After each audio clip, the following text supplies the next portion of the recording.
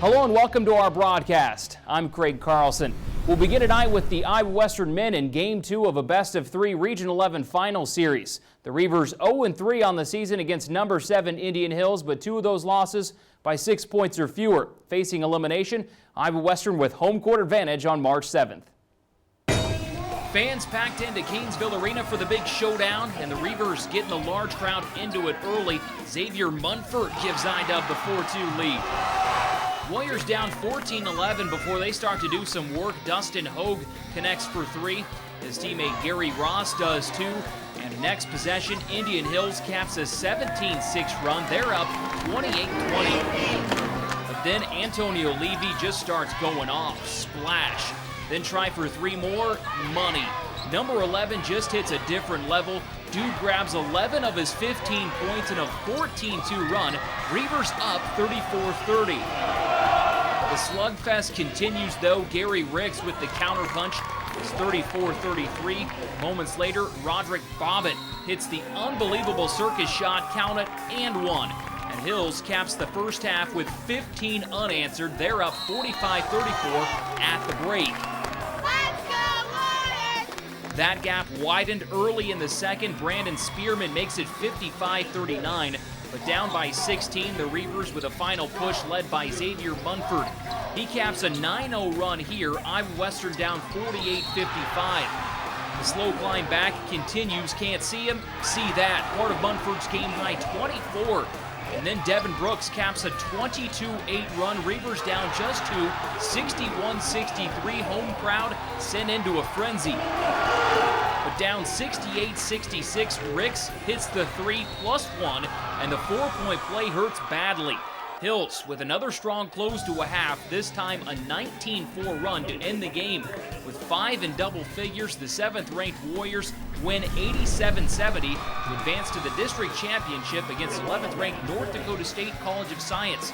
The Reavers end the season with a 24-9 record. We got good kids, and they want to win. I mean, they got us down, what was it, 15, I think, at one time, maybe 13.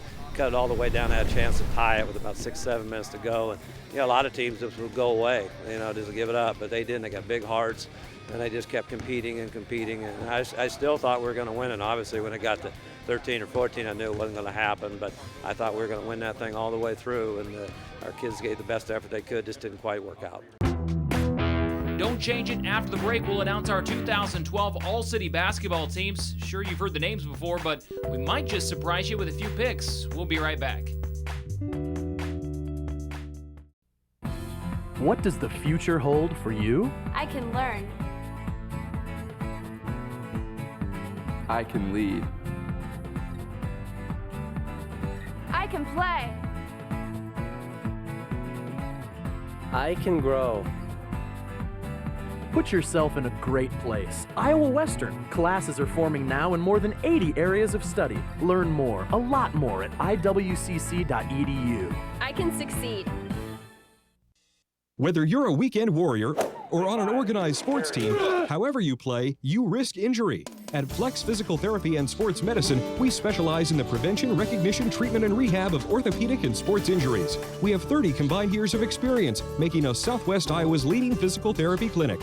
At our state-of-the-art facility and using the latest technology, we'll help you get back on the field fast. So if you experience a sports injury, you need to see us first. Flex Physical Therapy and Sports Medicine, your Southwest Iowa sports medicine professionals. If green and gold never gets old, then St. Albert Sports Fan is the place for you. Updated daily, it's loaded with articles, archives, and so much more. And if you can't make the game, you can still watch it live from the comfort of your own computer. St. Albert Sports Fan, the homepage for the home team. This portion of the Bluffs Sports Zone brought to you by Cutler O'Neill Meyer Woodring family-owned funeral home, serving Council Bluffs in Southwest Iowa for the past 105 years. Anytime you come up with a list that claims to have the best, you're bound to have a few people disagree. This season, there were a number of girls that sported comparable stats, but we've worked hard to select who we feel are the top 6 girls basketball players from Council Bluffs this past season. IWTV student Jem Brieklow unveils our 2012 All-City girls basketball team. Following Lauren Meeker's season-ending injury, the AL girls needed someone to step up, and Delaney Bolton did that and more, leading her team in points with just under 11 a game, in rebounds with just under 6 a night, and in steals with 49 on the season. The sophomore also finished with 55 assists, second most on her team.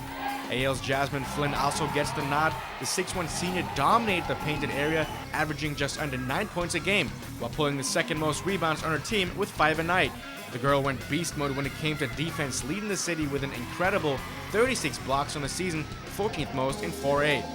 No surprise that Lewis Central has multiple players on our all-city team. The Titans finished the season with a 20-3 record, thanks in part to Delaney Higgins. The senior knocked down a city-best 47 three-pointers while connecting 44% of her shots from behind the arc. In a rare feat, she led her team in points with 10 a night, but also finished with a team-high 82 assists on the year. Her 39 steals were second best for LC. Her teammate Liz Seelman makes the cut as well. She also averaged 10 points a night, but did most of her damage inside, pulling down a team-best 6.5 boards a game while nabbing 36 steals on the year. The senior finished with a field goal percentage of 50% and added 29 assists on the season. Although Paige Flores averaged fewer points than her teammate Aubrey Norville with just under 8 a game, she had more rebounds, assists, and steals than her counterpart, finishing 2012 with 103 boards, 81 assists, and a team-high 42 steals on the year. And rounding out our 2012 All-City Girls Basketball team is St. Albert's Kylie Ferguson. The sophomore led all county Bluffs with 14 points a game and in steals with 59 on the season.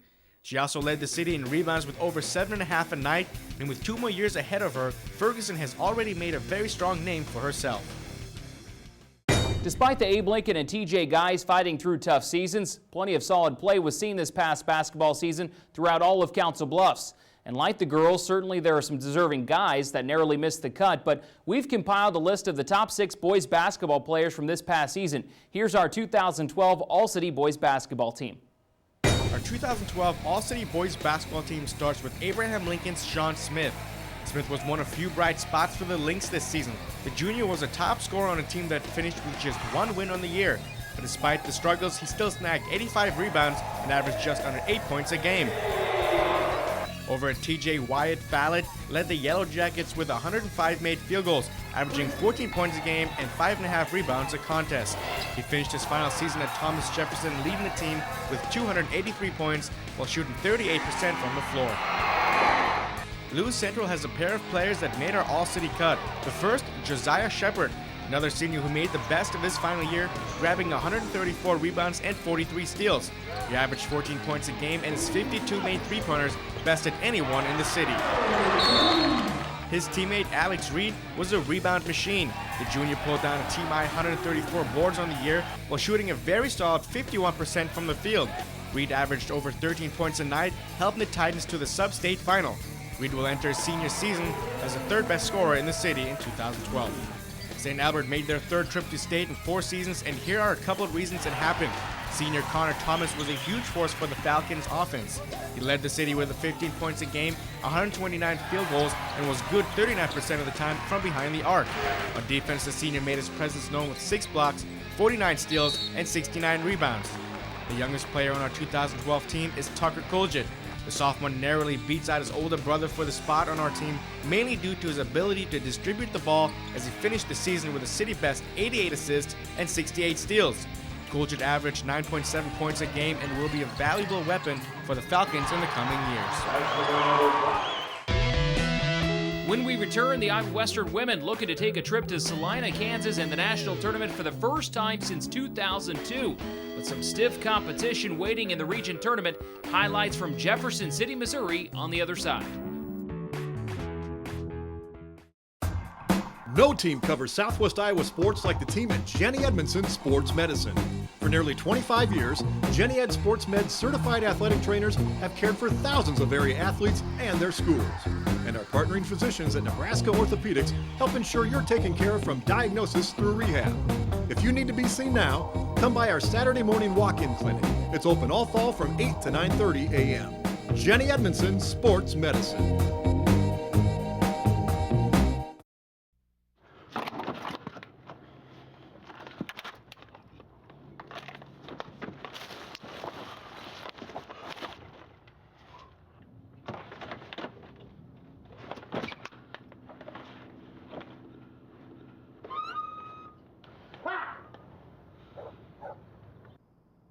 The smallest moments can have the biggest impact on a child's life. Take time to be a dad today. This portion of the Bluffs Sports Zone brought to you by the St. Albert Alumni Association. The Iowa Western women opening up the Region 16 tournament on March 9th. Here's IWTV student Scott Stover with extensive coverage from Jefferson City, Missouri. Thanks, Craig. I'm here at Lincoln University where 3-seeded Iowa Western women are preparing for a 6-seeded Mineral Area. These two teams have met twice this year, each one coming away with a victory, with the last one going to Iowa Western, and they're looking to do it again. Let's jump right into action. The Weaver women get after it early with a 10-2 run, baskets coming from Taylor Turgent and freshman Amber McCann. Midway through the first half, Lanita Calloway chimes in. She says, "Mark it, IW up 22-8. Next possession, Mineral Area responds with the 3 coming from Hannah Hayden to cut the deficit to 11. And that sparks a run for the Cardinals. Hayden caps a 22-7 scoring spurt. They take the lead by 1, 30-29. Iowa Western not backing down. Shawnee Winningham gets the Weavers sailing with an easy 2 to recapture the lead 49-47. Weavers outscoring Mineral Area 25-14 down the stretch to win 74-61, looking to continue success in Region 16 semifinals. Iowa Western trying to do just that as they prepare to face number 2 seed Crowder and keep their playoff dreams alive. The Weavers fire first. Taylor Turgent dishes to first-team All-Region post Amber McCann, who puts it in off the glass, 2-0 Iowa Western. The next possession, Crowder responds with the 2 of their own, freshman Tira Sadler, and the guns are drawn. This one's looking like a shootout. Crowder down 2, goes to the long gun All-Region honorable mention Sarah Sagley. She drops the 3, Lady Riders up 8-7. The Weavers say, "Anything you can do, I can do better," as they go to their honorable mention, Lakota Go, and she can make it rain. Weavers back up 10-8. With the score locked up at 11, Sagley, unstoppable behind the arc, hits another 3, and Crowder's back on top 14-11. The back-and-forth battle continues late into the second. Callaway gets an and 1, and just like that, Iowa Western takes the lead 35-33. Moments later, Winningham extends the lead by 4, drives by defenders, and the Weavers go up 45-41. Iowa Western flexes their muscles late in the ball game. Go hits a 3 with a minute left, and this one's signed, sealed, and delivered. Weavers advance to the region finals 64-52. After upsetting number 2 Crowder, Iowa Western looks for one more upset in the finals, going against number 1 Jefferson College. The winner of the region finals will move on to the national tournament. Iowa Western not rolling over, keeping pace early, tied at 14. But 12th ranked Jefferson shows why they're the heavy hitters in Region 16. First team All-Region forward LaQuinta Jefferson hits a 2. Moments later, LaShonda Littleton with the layup to cap off a 10-2 run and go into the break up 24-16. Iowa Western not about to go away without a fight. Shawnee Winningham pulls the Weavers within 4, 45-41. And although the Weavers' defense tough throughout, it's not enough. Jefferson wins the region 56-43 and advances to the national tournament. The Weavers finish the season 21-12. To get further than we did last year, it's huge because our team was a lot older and better last year, I think, but we definitely pulled it off, and a lot of freshmen stepped up and we did good this year.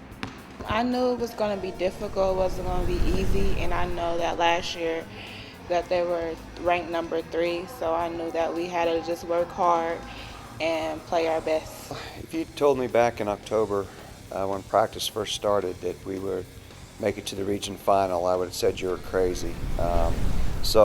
I feel real good about how much the girls improved during the season, and to make the region final and then be competitive in it and have a chance to win the game. It's really a testament to how the girls' commitment and how they did. I'm really pleased. I mean, sure, we would like to have won and gone to the national tournament, but I'm real pleased with the overall effort and the level of play our girls got to this year. I wanted to go to nationals so bad, and it's our only chance because I'm leaving, so hopefully they do better next year. We'll take a timeout. On the other side, we take a look at this year's Iowa Western softball team, fresh off a top 7 national finish. Will the Reavers' experience mean even more success in 2012? Their answer after this. Lynx fans can now log on to alsportsfan.com for archived and live broadcasts, team info, pictures, and more. alsportsfan.com, part of the cbsportsfan.com family. Hi, how are you doing today? What looks good? Our special today is shrimp scampi. It's been sitting around for about a week. Excuse me, what time are you guys leaving? We're gonna rob your house tonight. Don't you wish there were warnings to protect you from life's risks? With diabetes, there is one. It's called A1C, a simple blood test that helps measure your risk of a heart attack and other complications. Learn more at diabetesaonc.org. What does the future hold for you? I can learn. I can lead. I can play. I can grow.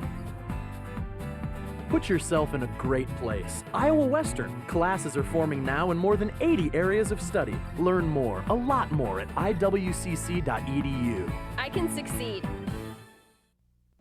A young roster that started slow and finished surprisingly strong. That's the 2011 Iowa Western softball team. The Reavers hungry for more in 2012. With a roster full of freshmen in 2011, the Iowa Western softball team knew that the 2012 campaign could be a special one. We were all very anticipating this season. What nobody predicted, however, was this year's Reaver lineup would be following a top 7 national finish. You know, we weren't expecting that kind of success with all freshmen last year. The success was led by pitchers Kylie Polsley and Greta Smines. The two racked up over 300 strikeouts, combining for an ERA under 2.5. Both players return in 2012 and provide the Reavers a potent and experienced combination in the circle. Our new pitchers don't have to get used to new catchers, and we already have good team chemistry with our pitchers and catchers, so it's a huge relief to already have that out of the way. I mean, it's fantastic that they've both got so much experience under their belt. That's going to help us tremendously. The veteran leadership isn't limited to the pitching staff. The Reavers have just one freshman in the entire infield. Granted, the shoes will be hard to fill as the Reavers look to replace first-team All-American Brady Wald, who is now an Iowa Hawkeye. Right now we brought in Jenna Gonzalez from Texas. That's who's playing short for us right now. And she's doing a great job. She's a great athlete, you know, doing as best she can as a freshman, you know, when we throw her to the dogs right away. So she's doing a great job. Although freshmen can be found in left and right field, Iowa Western returns second-team All-American Kylie Simpson in center. The sophomore was a part of a lineup that combined for a batting average of .380 in 2011. And with 7 players returning with all-region honors, the batting order should be solid once again. We start a little bit behind the 8 ball when we're up north here and, you know, can't get that many games in. So started slow. I saw a lot of change this past weekend when we were down at Cloud County's tournament. So I can see it. I know it's there. We're just going to have to get out there and prove it. So I'm expecting some big things at the plate. As of March 9th, the Reavers sit with just a 5-7 record, and despite the slow start, nobody is about to push the panic button. All of our losses have come to ranked teams, so we're not panicking. We know that that's how much better we have to get to beat those teams when it counts. We have played some great competition so far early on in our season, and we all understand that. So we're not suffering these devastating losses that we feel are going to hurt our season. We're just playing tough competition that we need to see before going back to that national championship again. The normal starting lineup looks like this. Smines in the circle with McKenna Bartko or freshman Taylor Jonas behind the plate. Caitlin Simpson returns after a redshirt season to play first base. Brianna Canova and Daly Fossler back at second and third. Freshman Jenna Gonzalez completes the infield at shortstop. Left field, freshman Rebecca Sanchez replaces Logan Peterson. All-American Kylie Simpson in center, and whoever's hitting well will play in right field. With a veteran lineup, expectations of making a return trip to the national tournament are evident. Although the desire to look ahead is strong, the Reavers are trying to keep things simple. Right now we're focused on winning regionals, and then after that we'll set a goal of winning districts and then going to the national tournament. So we don't like to anticipate too far ahead because you never know what's going to happen. We'll all be disappointed if we don't make it back there. However, we are really focusing on this is a brand new team. This is a brand new year. We can't do anything about what happened last year and how good we were last year. This is brand new. We still have to prove ourselves. That's a wrap on this week's broadcast. Thanks as always for checking out the show. Don't forget to check us out on the World Wide Web as well at cbtv17.com. Until next time, we're out.